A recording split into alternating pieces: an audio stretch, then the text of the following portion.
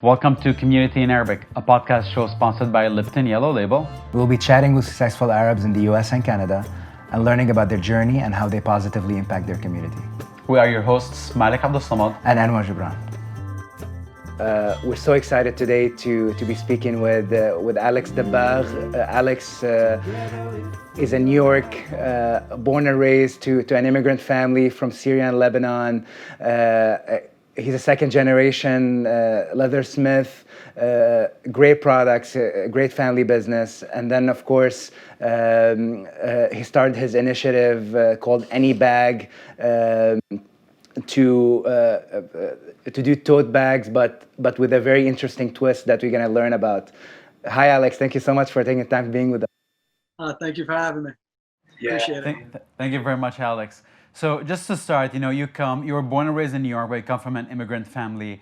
Would love to hear about your experience growing up to an immigrant family. How did that shape you and that connection you had with back home?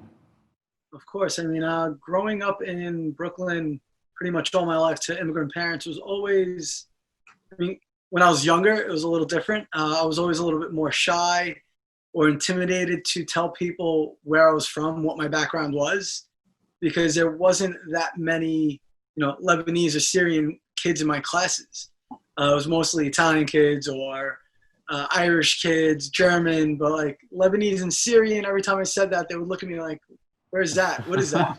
I was always a little bit shy. My parents would play Arabic music and I'd roll up the windows in the car. Yeah. So it was pretty funny, just the experience to where I am now with my kids. All I want them to do is listen to Arabic music and talk Arabic and just really take the culture and embrace it.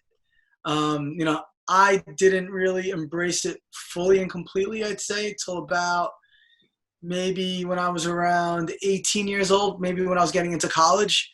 When I first went, when I went to Lebanon for the first time as an adult, and that's really when I fell in love with it, and I was like, this is amazing. Our history, our culture, our food. There's nothing like it out there, and I really fell in love with it when I was around 18, 19 years old, entering college.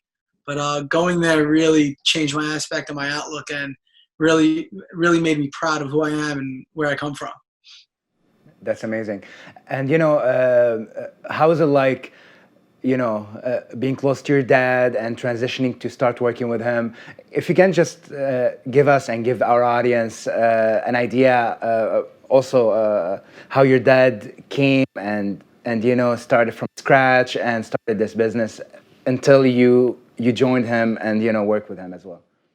No problem. So my dad immigrated here during the late 1970s. When the civil war was going on in Beirut. My dad actually grew up in Sham in Syria. And he went to Beirut at a very young age with his family. And he basically dropped out of school in the 3rd grade because my grandfather or his father went blind. So he became a man at a very young age and became, responsible for the family at a very young age. So he grew up very quickly. He didn't have the luxuries of a childhood.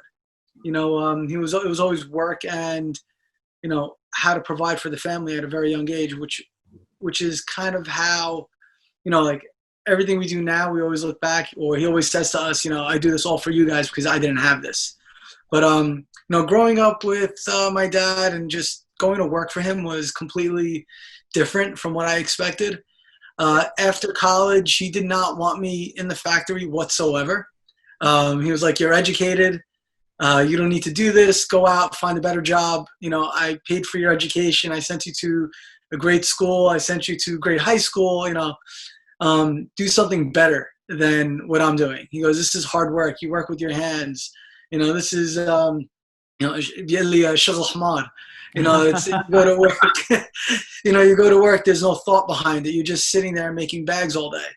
But I saw it differently.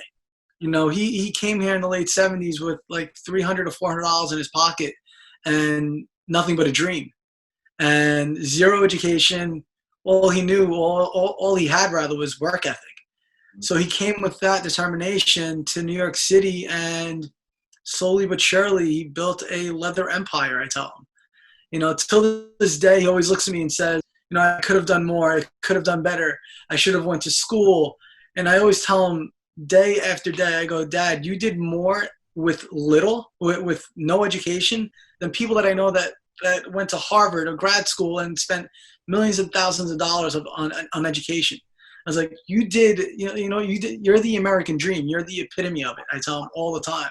And he never really understands it. And I realize it's because it's part of our culture also. We don't like to, we always think there's something better out there or we could do better. So we're very hard on ourselves. And I see that every day constantly with my father, and it's kind of the morale or what he, what's he taught, what he's taught me growing up. So it's always like strive to be better, do better. And, there's always something better out there. And, I always tell him, I'm like, you're completely wrong with what you did. It's amazing, and you should be very proud of yourself. Right. But the chemistry between us growing up was, I never really knew my dad growing up because he spent all his time at work. Mm-hmm. So in order for him to warm up to me or me to warm up to him, he's always bringing candy home or toys. When I was a little kid, I remember, because he used to work 6 days a week. From 9 to, he would get home at 9 o'clock at night and I'd be already in bed sleeping. So it took me a long time for me to really feel, just comfortable, not like comfortable, but like understand like, oh, that my dad goes to work all day. That's why I don't see him. But I spent most of my time with my mom and my brothers and my sisters. But, not until high school when I really started working there in the summers, I understood what he goes through day in, day out. Then after college, and I decided I wanted to go work for him. He was just completely against it. We butted heads. We fought day and night. We'd go home. I'd go home, have dinner when I was still living at home with them, and it would be complete silence. I'd eat dinner. I'd say to my mom, "Thank you. I'm going to my bedroom," and that was it. And I wouldn't talk to him till the next morning on the car ride home. If there was a problem at work, we would talk about it on the car ride home at dinner. And I was like, I can't do this anymore. But it didn't become, the chemistry didn't adjust, I'd say, until one day I brought a big order in and he was like, all right, this is, you're good at this. Yeah. So I really had to prove myself to him and show him my compassion towards to the industry that he built, or the leather factory that he built from nothing. That's really interesting. I love this story because it's typically the other way around. Like you grow up, you go to college, and then the family is like, come take over the family business, come join the family business. And in your case, it was stay away from the family business and do your own thing.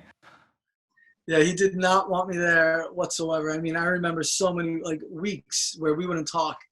And my mom was like, talk to your dad. I was like, no, I can't. He's too stubborn. He doesn't see my way. He's old school, I'm new school. I see things differently. I want to implement emails, for example. That was the first thing I brought in when I started working with him, and he thought I was crazy. He was like, "Why are you bringing this? We have a fax machine, or pick up the phone and call." I was like, "It doesn't work like that anymore." So there was a lot of adjustment. What really intrigued you about the business? It's a few things. I'm very creative. I'm artistic. I like to work with my hands. My dream when I was in high school was to go on to architecture school and get a degree in that and become an architect. I started working construction management for a little bit to get my feet wet. But I used to always draw and design. All my classes in college, all my electives were all art classes. All my art teachers used to tell me, you really should go into, jewelry or fine arts because you have that eye, you have that hand. So just seeing my father create things, using his two hands, making leather bags, just taking a drawing and, bringing it to life.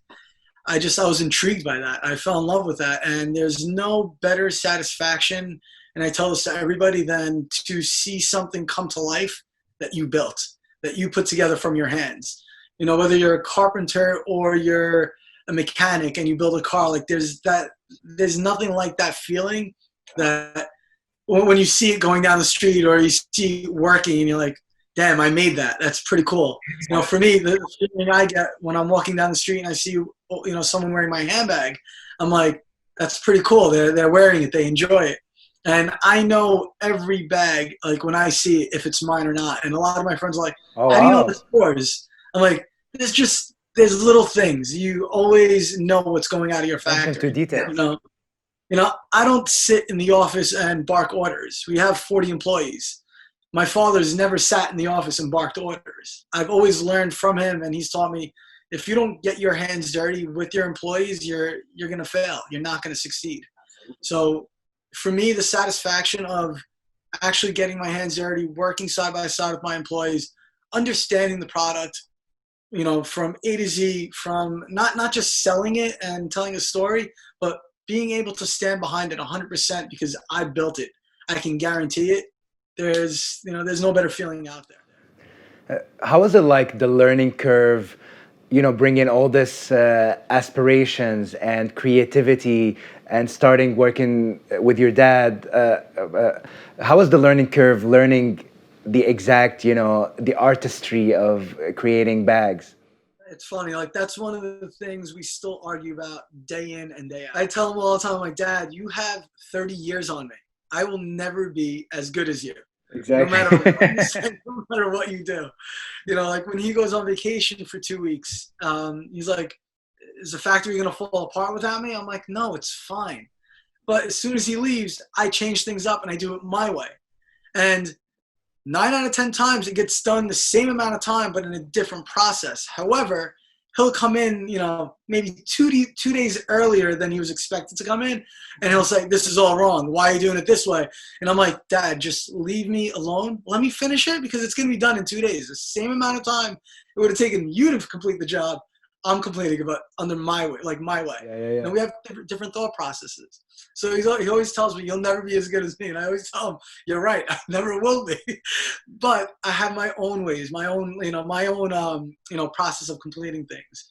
It's old school, new school mentality. And, that's the one thing we always go back and forth on and argue butt heads about. But, the dynamic is amazing. People come in and they always see us working side by side. And it's pretty cool to be able to work with my dad. Like we've become best friends over the last, I'd say 20 years now since I started working with him almost. That's really amazing. You're really describing the struggle of every person who's ever tried to work with his family business, like day and night. Just all the butting heads and trying to do things a little bit differently. But this lead to an amazing results actually. You bring a different perspective, and of course, caring for the business as much as your dad does, and that will result, to building on top of his legacy. I mean, that was one of the things coming out of college was I couldn't let his legacy go to waste. Exactly. He built this from scratch, from ground up, 100%. with no background in leather manufacturing and leather goods. When he was living in Beirut, he worked as a stock boy in a supermarket. That's what he did. He wasn't working in anything leather until he came here. He got a job, and slowly but surely he worked his way to the top. And the guy decided to go. He was like, I'm retiring. I'm going to close the factory. And my dad was like, you can't. This is all I know. He's like, give me about a year. And he built his own, he saved up money and then started his own factory. But, it really is the American dream. And, I'm very proud of him. He's not as proud of himself as he should be. And I tell him all the time that he should be. Yeah. But, what he did is amazing. And for him to create this, and then for me to carry on the legacy with my two sisters, and, it's, for me, it's everything. I love it. So growing up, like in an immigrant family with entrepreneurial, minds and mindset, and you as well being an entrepreneur, tell us about the moment or when that. What were you doing, or what were you thinking about when you started Any Bag initiative and idea? Well, with the Any Bag, it actually started, I'd say, subconsciously about 4 years ago.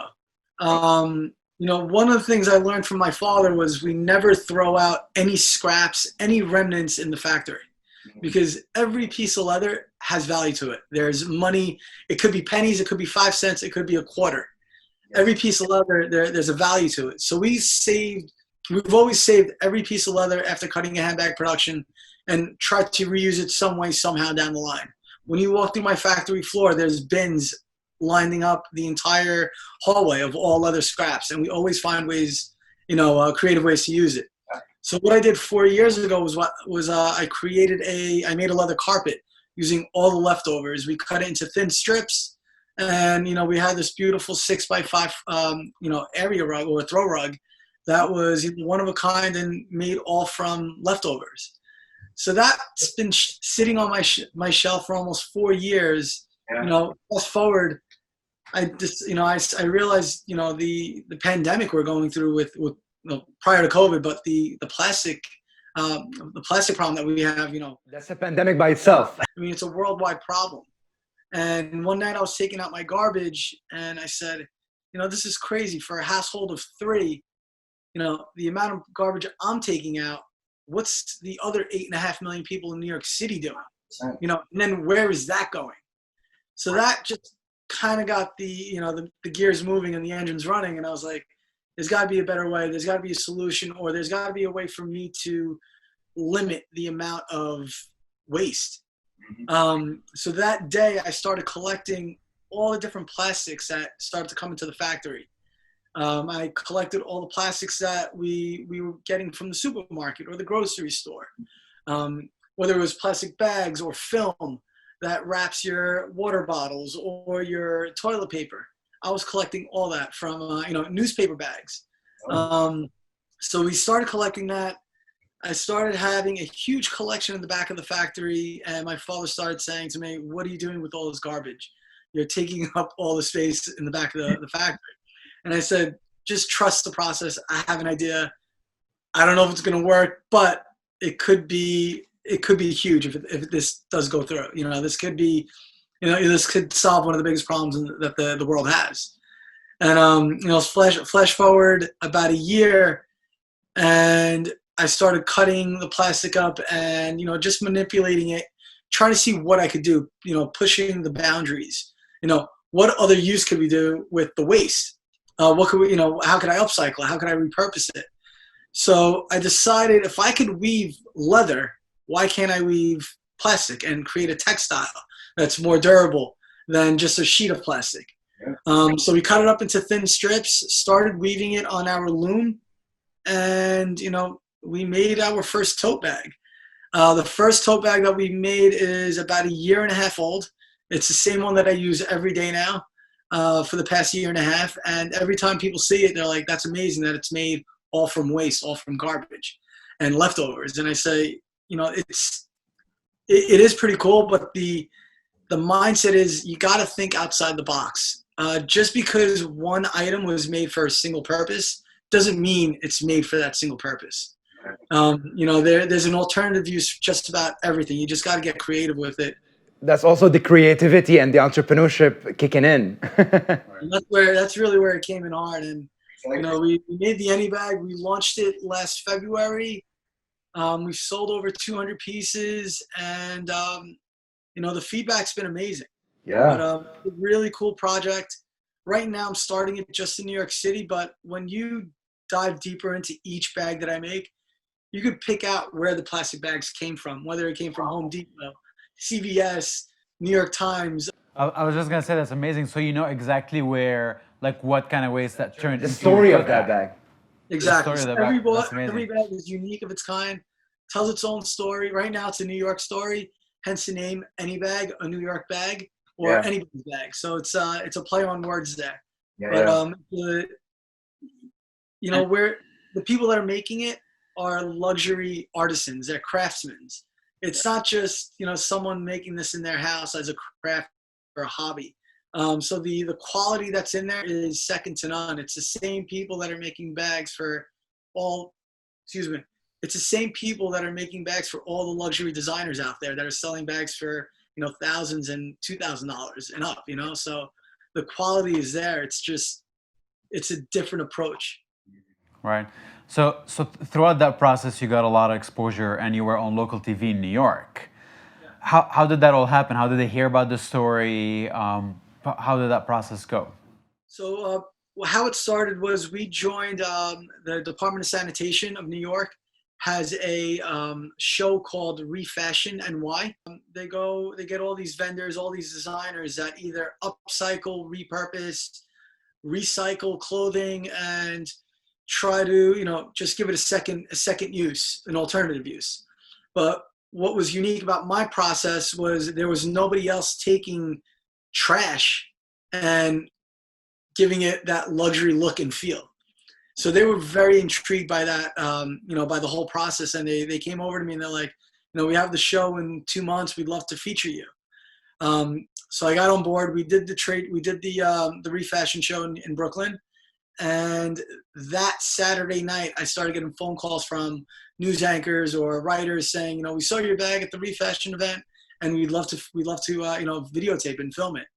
But, we were on all the local news channels. We did a big hit with Business Insider on their Facebook channel, which had over 2.5 million views. Wow.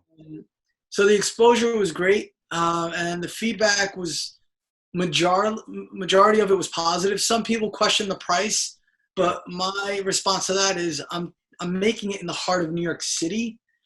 If I was making this in Indiana or Ohio, where it wasn't expensive to live, I could definitely reduce the price. I could bring it down to maybe half the cost. Mm-hmm. But you got to remember where I am and the location I'm in. I'm in the heart of New York City on 29th and 6th Avenue. There's nobody left that still produces anything in New York City. Everything's been outsourced. We've been there for since 1982, since my dad started. So for me to take, New York City trash and transform it into a luxury item, like that's a win-win right there. But my ultimate goal is to obviously bring the price down and make this more global. My slogan is, a New York bag made by New Yorkers. A New York bag made in Manhattan by New Yorkers using New York City trash. So it's like, it's completely circular. I'm taking plastic and having it recirculate rather than going to our landfills and polluting our waterways. So it's like it's a win-win. Exactly. So Alex, now, as you know, the pandemic and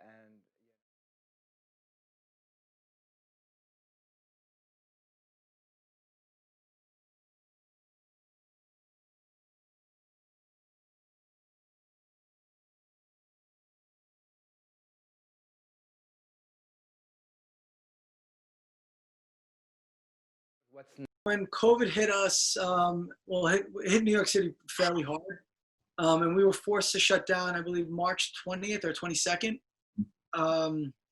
We were fully operational. We had 40 employees. And Friday afternoon at 12, we kind of I screamed out, said, hey, guys, we got to shut it down. This is getting serious. Everybody go home. We'll figure out a game plan. But New York City has to shut down right now. Only essential workers are allowed to continue working.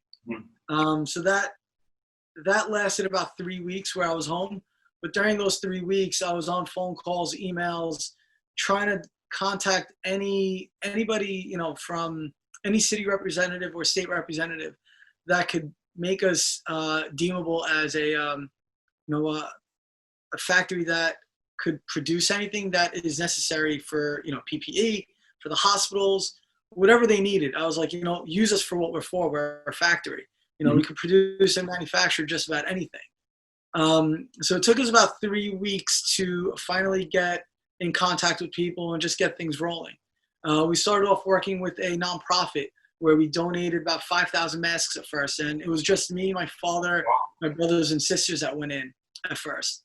And we were just cutting and sending it out to home workers who were stitching masks and then donating them to local hospitals. Then we finally got a city contract from the state of New York to make aprons. And we ended up making 200,000 aprons for all the local hospitals. And then from there, I was trying to get a government grant for masks, which became very difficult for us. So what I did was I took it into my own hands and we started a GoFundMe. And from that GoFundMe, we raised $21,000, and we were able to donate over 16,000 masks to all the local hospitals, organizations, anybody that needed masks in New York City. So that was kind of how we transitioned the factory and were able to bring back all our workers. Because for me, it was a shame just to see my factory shut down. You know, we're one of the largest factories in New York City. You know, use us for what we're for. We could produce anything, and I couldn't just see my factory shut down, my father's legacy just being shut down like that. You know, and on top of that, I have 40 people that depend on us. You know, they have families, they have bills, and you know, if I'm not providing for them, they can't provide for their family. So it was extremely important for me just to find a way to get the factory back up and running, and that's what we did for about 2 months, 3 months, just PPE nonstop, and you know, it's very rewarding at the end. Absolutely, that's a really noble mission. Alex, so throughout your experience, graduating from college, choosing to go into a small business, you know, butting heads with your dad, starting your own thing, just going through every little stage of that entrepreneurial process, what is it what's one advice that you'd offer somebody who's going to be in your place in a few years, you know, going through college now and thinking about whether to join the family business, you know, going to a little bit of an older school business, they have their own ideas, and how can they find themselves to be a fit in such an old, and not old, in such a small business? I mean, I would always say, just my biggest thing is don't be scared to fail, because you are. I've done it 100 times. I mean, during college, I worked at Smith Barney. I interned there, and I realized I hated it. I hated corporate America more than anything, and I couldn't wait to get out of it. And I remember, like, my senior year, halfway through the semester, I called a lady, like the manager of the program, and I said, "Listen, I can't come back. This is just not for me. Like, I can't do this. I can't wear a suit every day. Like, I'm not happy." And I never turned back, and I started working construction management because I wanted to get back into architecture. After I graduated Fordham, I went to 1 year of grad school at Stevens University in Jersey. And at the start of the second semester, I made a U-turn. I said, this is not what I want to do. And that's when I went back to the family business. And I said, I want to take this on and I want to grow it. And, you know, I fell in love with the industry. Like I grew up in the business all my life. Since I was 5 years old, I was running around in the factory. You know, I basically cut my teeth there. You know, my mom and dad, you know, were both working there when I was a little kid because that's how they provided for us. You know, it's not easy. It's not a 9 to 5. You're constantly thinking about, you know, your game plan for the next day. You know, my workers leave at 5 o'clock, 5:30, but I'm there for an extra hour, setting up and preparing for the next day. In the morning, it's the same thing, setting up, preparing, making sure everybody has something to do. You know, if you count the steps I take, you know, my father and I always have a competition who did the most. You know, when we have our watches on, he's like, "Oh, I did 10 miles today in the factory." I'm like, "Well, I did 6." He goes, "You see, I do more than you." I go, "I know, Dad.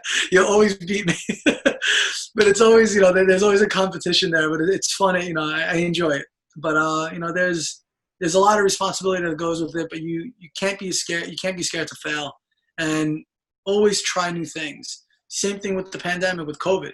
You know, I couldn't just shut the factory down. I figured out what else could I do, and that's when I realized we could, you know, switch gears and go into PPE. You know, so we pivoted the factory from leather goods to manufacturing masks and aprons.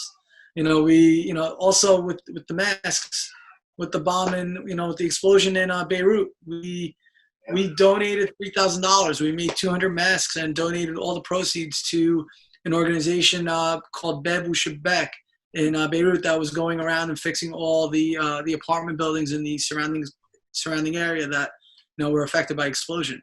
But you know, I'm not in the mask making game to make money.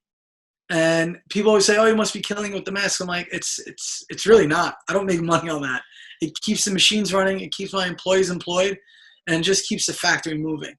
You know, I want to go back to making handbags. That's what I want to do. You know, like for me, making PPE, it's helping. It's, you know, caring for my community, caring for one another. but that's not what we're here for. It's not a moneymaker. It's just basically, putting food on the table for my employees, and that's very important for us. Yeah. And my employees have been with me for 20 years, some of them. So we're one big family. I really love it, and I noticed a common theme among all our guests that we spoke to is it really comes down to what is it that you love to do, what is it that you value, And work ethic. and a work ethic, and just go at it. Yeah. That's really amazing. I love hearing the story. What's next, Alex, for Alex and for AnyBag? What I'm doing now with the AnyBag is we kind of relaunched it, or we're relaunching it now because of during COVID we kind of stopped everything. But the sky's the limit with this. Like I'm trying to manipulate the textile that I created with the AnyBag to seeing what else we could make with it. I'm actually making a surfboard bag to see, maybe it could carry and, help clean up the oceans. Like we do an initiative with that, with, professional surfers around the country, around the world, where we team up with them and, they could push the initiative. But plastic is a big problem, and, I'm building a business to go out of business. The AnyBag for me won't be successful until we completely eradicate plastic in the world. Right now it's, cleaning up New York City one plastic bag at a time, but it's far bigger than what it is. My ultimate goal with it is to take the program and have other cities adopt it, other states adopt it, where we build workshops and you're creating awareness. You hire people, so you're creating jobs, and you bring in the looms that create the textile, and you're making the AnyBag within those cities, eliminating the carbon footprint of every city completely. So instead of taking that trash, that plastic trash that every city accumulates, you're recirculating it, and you're doing a big favor to all the recycling centers, because every year they spend $300,000 to $1 million just in costs of repairing machines from plastic bags clogging or breaking the system down. Wow. So it's plastic bags. No one likes to recycle them because it's such a deterrent. It's such a nuisance, and it's a big problem. So like with the AnyBag, the sky's the limit, and I just want to take this globally and see what we could do with this. Like in my mind, this could be the next Tom's or the Warby Parker, where it's you're giving something and you're taking something and giving back. But that's what I need the city and state officials to really come in and be like, hey, let's join up and see what we could do together. Great mission. We'll be rooting for you. Yeah. Awesome, Alex. It was an amazing, chat.